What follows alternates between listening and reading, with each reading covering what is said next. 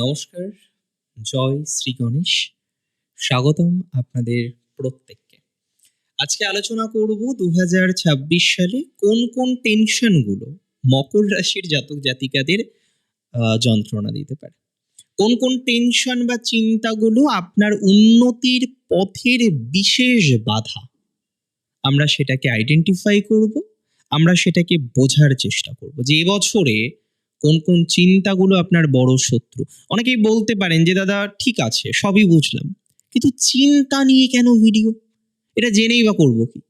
এটা জানার কারণ এটাই যে এই চিন্তাগুলির মধ্যে কোন চিন্তাগুলো অহেতুক, অমূলক, যে চিন্তাগুলো কার্যত আমাদেরকে আরো বেশি যন্ত্রণা দিচ্ছে, যে চিন্তাগুলো কার্যত আমাদের আরো বেশি জটিলতার মধ্যে ফেলছে। প্রথমত বা প্রসঙ্গত আমি আপনাদের জানাতে চাইব, প্রথম যে চিন্তা মকর ফেস করতে পারেন সেটি হলো মকরের stability in their professional life. বহু মকর রাশির জাতক জাতিকারা কাজের জায়গা নিয়ে বা কর্মের জায়গা নিয়ে খুব একটা স্টেবল জায়গায় কিন্তু নেই। এখানে কিন্তু একটা অত্যন্ত ইম্পর্টেন্ট জায়গা রয়েছে যে আজকে আপনি একটা চাকরি করেন, হয়তো একটা ব্যবসা করেন, কিংবা হয়তো একটা সেলফ প্রফেশনে আছেন, আপনি একজন প্রফেশনাল, আপনি কর্মজীবনের সাথে কানেক্টেড একজন। তো যারা কর্মজীবনের সাথে কানেক্টেড, প্রফেশনাল লাইফের সাথে যারা সংযুক্ত আছেন, একটা জিনিস খেয়াল করেছেন যে কোথাও যেন গিয়ে একটা ইনসিকিউরিটি যেটা আপনাকে চিন্তা দিচ্ছে, কোথাও যেন গিয়ে কলিগসের বিহেভিয়ার যেটা আপনাকে চিন্তা দিচ্ছে, বা কোথাও যেন গিয়ে আপনি ঠিক স্বস্তি পাচ্ছেন না, আপনি ঠিক শান্তি পাচ্ছেন না, আপনি স্টেবল হতে পারছেন না। আমি একটা কথা আপনাদের বলে দিই, দায়িত্ব নিয়েই বলে দিই, যে সমস্ত জাতক বা জাতিকারা তারা এখনো পর্যন্ত জীবনচক্রে স্টেবিলিটি পাননি, তারা তো চিন্তা করবে, এটা স্বাভাবিক। তবে এটা অহেতুক বা অমূলক। বৃহস্পতি সমসপ্তমে থাকবে তুঙ্গ হয়ে, এটা যেমন একটা অত্যন্ত সিগনিফিকেন্ট ট্রানজিট এবছরে। শনির তৃতীয় ভাবস্থ হওয়া, এটাও কিন্তু অত্যন্ত সিগনিফিকেন্ট একটা ট্রানজিট এবছরের। আর এই দুটি ট্রানজিট সম্মিলিতভাবে আপনাকে একটা বিশেষ বিষয় বলতে চাই যে এবছরটি আপনার জন্য ভালো। তাই প্রফেশনাল স্টেবিলিটি নিয়ে যে চিন্তা, দুর্ভাবনা, অহেতুক, অমূলক কনস্ট্যান্টলি আপনি করে যাচ্ছেন, I believe you need to stop that thinking বা নেগেটিভ থিঙ্কিং। আরেকটা চিন্তা আপনার অলরেডি শুরু হয়ে গিয়েছে, সেটা হলো রিলেশনশিপের স্টেবিলিটি।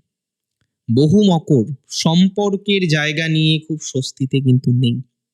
বহু মকর রাশির জাতক জাতিকারা সম্পর্কের জায়গা নিয়ে যথেষ্ট পরিমাণে কনফিউজড, সম্পর্কের জায়গা নিয়ে যথেষ্ট পরিমাণে টেনশনের মধ্যে থাকেন। এবং এখনো হয়তো আজকে ভিডিওটা দেখছেন, সেখানেও আপনার সম্পর্কের টেনশন আছে। আপনি হয়তো কিছু একটা ভাবছিলেন, তার মধ্যে হয়তো আমার ভিডিওটা দেখলেন। 2026 কিন্তু এই সম্পর্কজনিত বিষয় নিয়ে আপনাকে কার্যত চিন্তার মধ্যে ফেলতে পারে। 2026-এ চিন্তা আসতে পারে সম্পর্ক নিয়ে, তাই প্রথম থেকে নিজেদেরকে সেফ রাখাটা জরুরি। মেনি ওয়ান মে আস্ক যে কিভাবে নিজেদেরকে সেফ রাখবো। আমি বলি, যাদের সম্পর্ক আছে, স্টেবল ভাবেই আছে, সন্দেহবাতিকতার উপরে ডিপেন্ড করে ভালো সম্পর্কটাকে প্লিজ নষ্ট করবেন না। যাদের সম্পর্ক আছে, সম্পর্ক ভালোই চলছে, জাস্ট একটা সন্দেহ আপনার তৈরি হয়েছিল এবং সেই সন্দেহের বশবর্তী হয়ে আপনি অন্যরকম পরিকল্পনা করছেন, এটা কিন্তু করা যাবে না। অহেতুক চিন্তা, দুর্ভাবনা, দুশ্চিন্তাকে পাশ কাটিয়ে রাখতে হবে, সাইডে রাখতে হবে, এটা কিন্তু খুব বেশি দরকার। আর একটা কথা দরকার, আপনারা যে অর্থনৈতিক চিন্তা করছেন, আমি তো বলেছি 26-এ অর্থভাগ্য ভালো, বারবার আমি বলেছি আপনার আর্নিং বাড়বে। আর্নিং যখন বাড়বে তাহলে বাকি সবকিছুই ম্যানেজ করা যাবে। বার্নিং নিয়ে অতটা এখন ভাবতেই হবে না, আর্নিং আপনার বাড়তে চলেছে মূল কথা। সো আর্নিং বৃদ্ধিপ্রাপ্ত হলে পজিটিভিটিও যে আপনার জীবনচক্রে অনেকটাই বৃদ্ধিপ্রাপ্ত হবে, সেটা নিয়ে নিশ্চিতভাবেই কোনো সন্দেহ থাকে না। আমি মনে করি অর্থনৈতিক চিন্তাটা সম্পূর্ণ অমূলক। আপনি একটা লোন নিয়েছেন, আপনার একটা লাইবিলিটিস আছে, ঠিক আছে, থাকতেই পারে।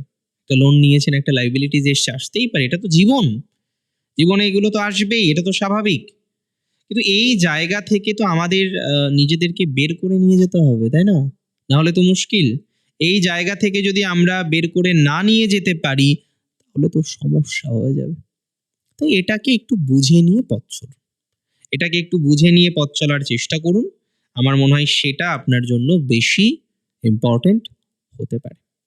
2026 এটা কার্যত অনেক অনেক অনেক বেশি গুরুত্বপূর্ণ যে আপনাদের আর্নিং নিয়ে অ্যান্ড এক্সপেন্স নিয়ে অতিরিক্ত চিন্তা করার কোনো রকম প্রয়োজনীয়তা নেই।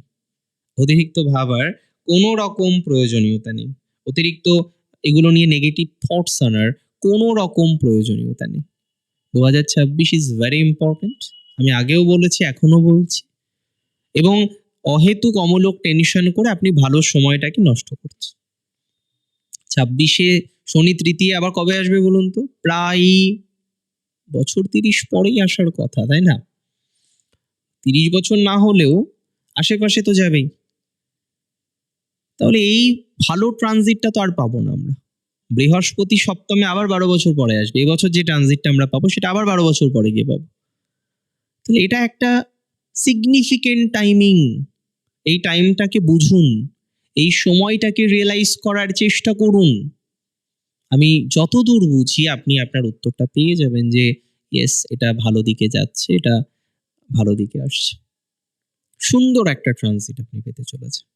অহেতুক টেনশন করবেন না। এবং আরেকটা টেনশন ইদানিংকালে আমি দেখছিলাম আপনাদের মধ্যে প্যারেন্টসকে নিয়ে। প্যারেন্টসের হেলথ দাদা কিছু হয়ে যাবে না তো? দেখুন, যার বলে না যে ডেস্টিনি ক্যানট বি চেঞ্জড, বলে, জানেন তো এই শব্দটা বা ইংরেজি সেন্টেন্সটা খুব ব্যবহার করা হয়।